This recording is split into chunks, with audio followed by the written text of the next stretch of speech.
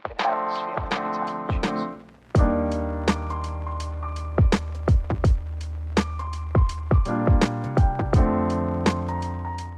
Yo guys, welcome back to a brand new video. Today I'm doing a comparison with the Air Jordan 4 Fire Red and the new Air Jordan 3 Fire Reds. I can't say I've seen a whole lot of comparisons of the same colorway across different Jordans. It's normally different colorways across the same silhouette of Jordan.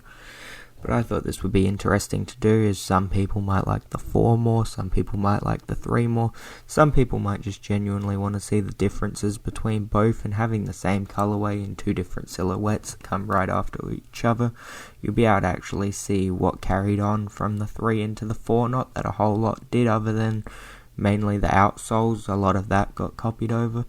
But I just wanted to do this video because personally for me, I think it would make a good video, and you don't see a whole lot of this, so I want to do my own thing. So let's get over to this and start talking about these shoes. Alright, to kick it off, the biggest difference you get between these two Jordans is, aside for one being a Jordan 4 and one being a Jordan 3, is the Jordan 4s have a lack of the tech grey on there, where the Jordan 3s have lots of it. They have it around the collar and on the tongue, where obviously on the Jordan 4s they just went for the white, the black and the red to make it sort of like a reverse bread colorway. I personally think they should have kept the grey incorporated. I think it really works to divide the red and the white, and it's a really good contrast for the white and the black. And the next biggest difference that you obviously see is the Fire Red Jordan 4s don't have a cement pattern on them or an elephant pattern, where obviously the 3s do, and I think that looks really good. Where I think the Fire Red 4s, they don't really need a cement pattern or anything, but it might have been cool if they incorporated it in there. But for whatever reason, they only used the cement on the white cements, and they didn't use it on the Breds or the Fire Reds, where I think they really could have. But for whatever reason, they decided not to. I can't really make a lot of logic of a lot of the things Nike does, but I do honestly think the Fire Red 4s are my favourite of the two, though, because personally I think the Jordan 4 silhouette is the best Jordan silhouette. So just because the nostalgia and the icon of the Jordan 4, I would choose them over the Jordan 3, but the Jordan 3s are really high up on my list, and I think they're a beautiful pair of shoes. I think the elephant print is really nice on the Jordan 3s. It doesn't work on a lot of the other shoes they've tried to make, like 312 Legacies, but it works really well on the Jordan 3. Tinker Hatfield did an awesome job at putting these shoes together, and I'm personally a massive fan. I think it's really cool to see them next to the Fire Red 4s, to see the differences between the colorways and between the silhouettes. It's just an amazing thing to have in my collection. Next I'll need the Fire Red 5s, and then I can make another video like this. There's not a whole lot that copies over with the silhouettes from the Jordan 3s to the Jordan 4s. The only thing that really copies over is that design in the midsole with the bump on it before it goes into the elephant print, and the toe where the stars are. It copies over that bump down onto then the lower outsole on the Jordan 4s. The mudguard around the front is slightly the same, with the exception of the elephant print being taken off, but then they put an extra lump in the side, again to go along with that part that was moved to the outsole originally from the midsole. The rest of the shoe's completely different. The tongue's different, the back tab's different. The wings obviously didn't appear on the Jordan 3s. They're all very different. The black is a lot more prominent and used a lot more throughout the 4s, where on the 3s the only black you really get is the little bit in the elephant print. But really, I think the 3s are an awesome shoe, and I think the 4s are an awesome shoe.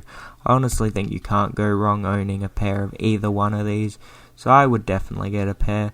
Now I'm going to quickly switch over to a little ad to tell you to go to my Instagram, and then I want to get to another comparison with the cement Jordan 4s. Yo, real quick guys, go down and drop a like, subscribe, leave a comment if you're enjoying the video, and then hop over to my bio and go check out my TikTok and Instagram. Usernames are on the screen or links are in my bio. Go check it out. Alright, back to the video.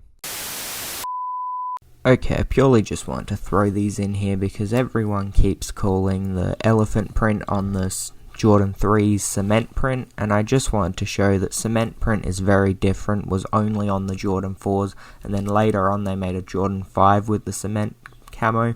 Now it's probably on a lot more shoes, but originally it wasn't used on anything other than those two. I think it was in 1996 when we got the first cement Jordan 5, which obviously the Jordan 5s originally come out in 1990, and then the Jordan 4s with the white cement had come out in 1989, many years before. But I just really want to show the difference, because I don't know why it annoys me, but for whatever reason it's a pet peeve of mine when people call the cement and the elephant print the wrong things. Obviously no one calls the cement elephant print, but people call the elephant print cement. And I just wanted to show that it's very different. So if anyone watches this video and you want to go and correct whatever you've done, well, you can see they're very different. They're not cement fire red Jordan 3s. They're not Jordan 3s with cement camo. They're clearly elephant print, and it's very different. And that's all I wanted to say. It's going to flick over to some B-roll now. Peace out.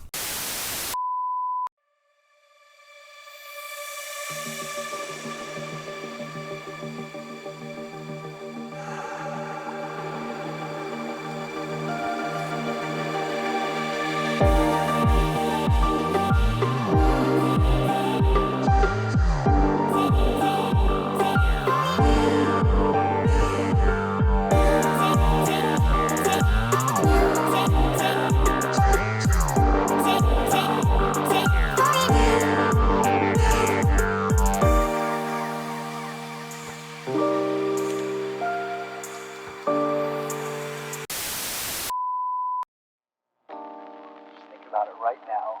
Everything's okay. No matter where you find yourself, no matter what kind of stuff is going on in your life, underneath it all, everything's actually all right. You're okay. You have more power than you might be giving yourself credit for. If you have something that's going on in your life right now that's challenging, painful, it's just a reminder to take a little bit better care of yourself.